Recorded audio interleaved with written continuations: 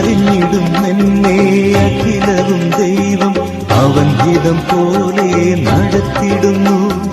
അറിഞ്ഞിടും എന്നെ അഖിലവും ദൈവം അവൻ ഹിതം പോലെ നടത്തിടുന്നു. അന്നു താൻ തരും തുമ്പമോ ഇമ്പമോ അതു മതി എനിക്ക് അനുഗ്രഹമാ. അന്നു താൻ തരും തുമ്പമോ ഇമ്പമോ അതു മതി എനിക്ക് അനുഗ്രഹമാ. കർത്താവിൽ എപ്പോഴും സന്തോഷിക്കും ഞാൻ ക്രിസ്തീയ ജീവിതയാത്രയതിൽ.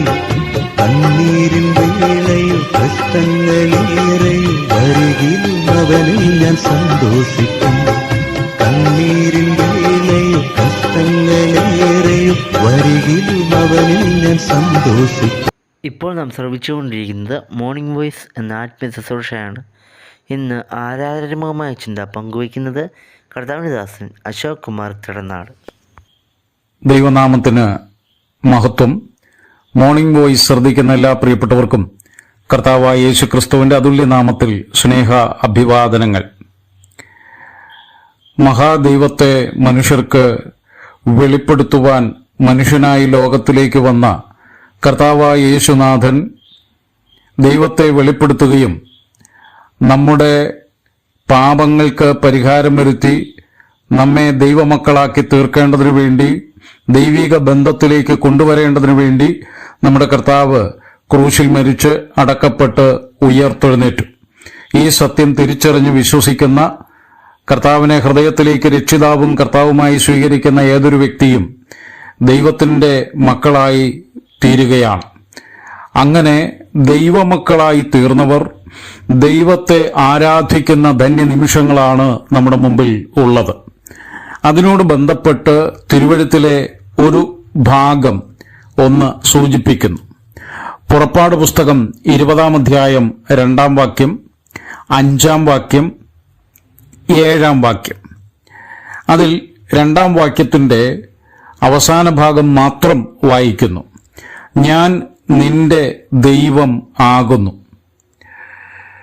മഹാദൈവം മനുഷ്യനുമായി സംവദിച്ച് അവരെ തന്റെ നേരായ പാതയിലൂടെ നടക്കുവാൻ ആഹ്വാനം ചെയ്തുകൊണ്ട് ഇസ്രയേലിന്റെ നായകനും നേതാവുമായി അവരുടെ മുൻപിൽ കനാനെ ലക്ഷ്യമാക്കി സഞ്ചരിച്ചുകൊണ്ടിരുന്ന മോശയ്ക്ക് സ്വർഗത്തിലെ ദൈവം എല്ലാവരും അനുസരിക്കേണ്ടതിനു വേണ്ടി നൽകുന്ന കൽപ്പനയെ സംബന്ധിച്ചാണ് 20-ാം അധ്യായത്തിൽ രേഖപ്പെടുത്തിയിരിക്കുന്നത്.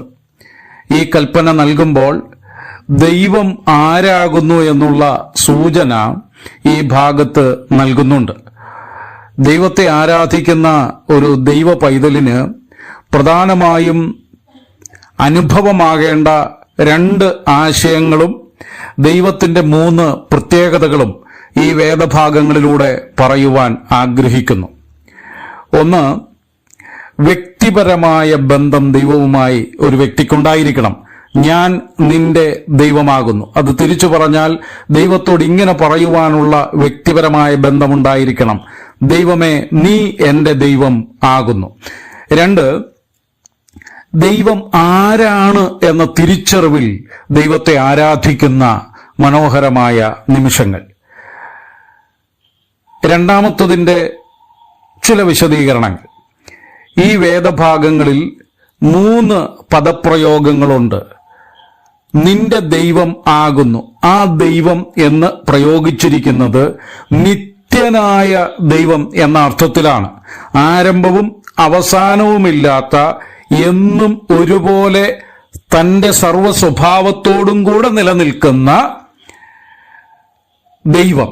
അതാണ് അതിന്റെ ആശയം, നിത്യനായ ദൈവം. രണ്ടാമത്തെ പ്രയോഗം, നിന്റെ ദൈവമായ യഹോവയായ ഞാൻ തീഷ്ണതയുള്ള ദൈവം ആകുന്നു. അവിടെ ഉപയോഗിച്ചിരിക്കുന്ന ദൈവം എന്നതിന്റെ ആശയം സർവശക്തൻ എന്നാണ്. സർവശക്തനായ ദൈവം. മൂന്നാമത്തെ പ്രയോഗം, എന്റെ നാമം വൃഥ എടുക്കരുത്. നിന്റെ ദൈവമായ യഹോവയുടെ നാമം വൃഥ എടുക്കരുത്.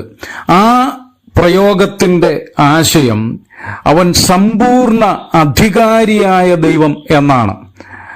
അപ്പോൾ 3 പ്രയോഗങ്ങൾ. ദൈവം നിത്യനായ ദൈവമാണ്, സർവശക്തനായ ദൈവമാണ്, സമ്പൂർണ്ണ അധികാരിയായ ദൈവമാണ്.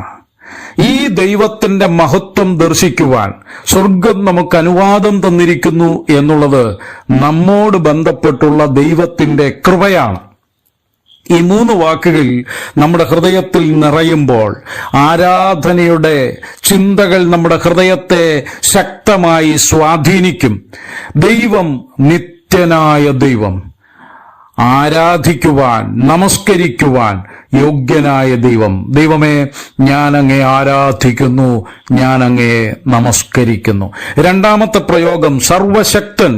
അതിന്റെ അർത്ഥം ദൈവത്തിന്റെ മുമ്പാകെ കുമ്പിടുവാൻ അവൻ യോഗ്യനാണ്. സർവശക്തനായ ദൈവമേ, അങ്ങയുടെ മുമ്പാകെ ഞാൻ കുമ്പിടുന്നു. ആ ഒരു ഹൃദയവാഞ്ച ഈ വാക്കിൽ വെളിപ്പെടുന്നു. 3ാമത്തെ പ്രയോഗം സമ്പൂർണ്ണ അധികാരി. ബഹുമാനിക്കുവാൻ, ആദരിക്കുവാൻ, ആരാധിക്കുവാൻ ഈ ദൈവം മാത്രം യോഗ്യൻ. ഈ 3 വാക്കുകൾ ഹൃദയത്തിൽ സ്വീകരിച്ചുകൊണ്ട് ഇന്ന് രാവിലെ നമുക്ക് ദൈവത്തെ ആരാധിക്കാം. നിത്യനായ ദൈവത്തെ, സർവശക്തനായ ദൈവത്തെ, സമ്പൂർണ്ണ അധികാരിയായ ദൈവത്തെ നമസ്കരിക്കാം, കുമ്പിടാം, ബഹുമാനിക്കാം. അവന്റെ നാമം അവാച്യമാണ്, അവന്റെ മഹത്വം അവർണ്ണനീയമാണ്. ഞാൻ നിന്റെ ദൈവം ആകുന്നു. ഈ ദൈവത്തെ തന്റെ മഹത്വം ദർശിച്ചുകൊണ്ട് ഈ രാവിലെ ആരാധിച്ചുകൊണ്ടിരിക്കാം. ദൈവത്തിന്റെ പരിശുദ്ധ നാമം, അത്യുന്നത നാമം ഇന്നും എന്നേക്കും മഹത്വപ്പെടുമാറാകട്ടെ.